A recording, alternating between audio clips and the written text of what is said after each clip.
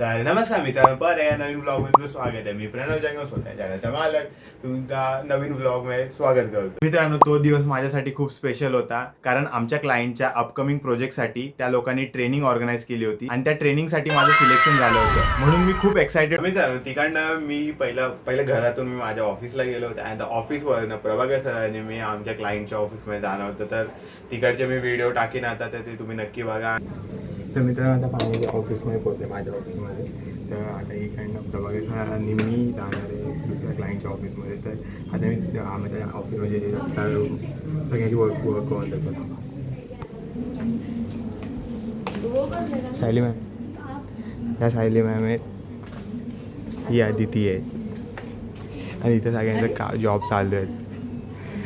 आता खाली गेलो आम्ही, तिकडचे क्लिप टाकीन आणि ट्रॅव्हलमध्ये काय त्याची क्लिप्स टाकीन मी. तर पूर्ण ब्लॉग नक्की बघा. तिकडनं आमच्या ऑफिसच्या खालून आम्ही ओला बुक केली आणि तिकडनं प्रभाकर सरांनी मी क्लायंटच्या ऑफिसकडे जायला निघालो. ते थोडा प्रवास केल्यानंतर आम्ही फायनली क्लायंटच्या ऑफिसमध्ये पोहोचलो आणि त्यांची वाट बघत इथं रिसेप्शनवरती बसलो होतो.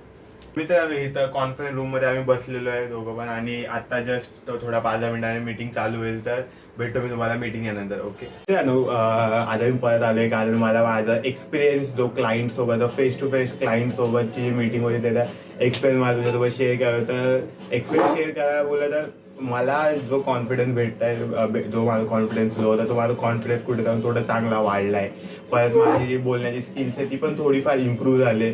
तर अशी एक दोन अजून मीटिंग झाल्या तर माझा अजून कम्युनिकेशन स्किल्स अजून चांगला वाढेल. आणि जे तुम्ही फेस टू फेस जेव्हा क्लायंटसोबत बोलता तर आपल्याला थोडं नर्वसनेस मला पण झाली होती.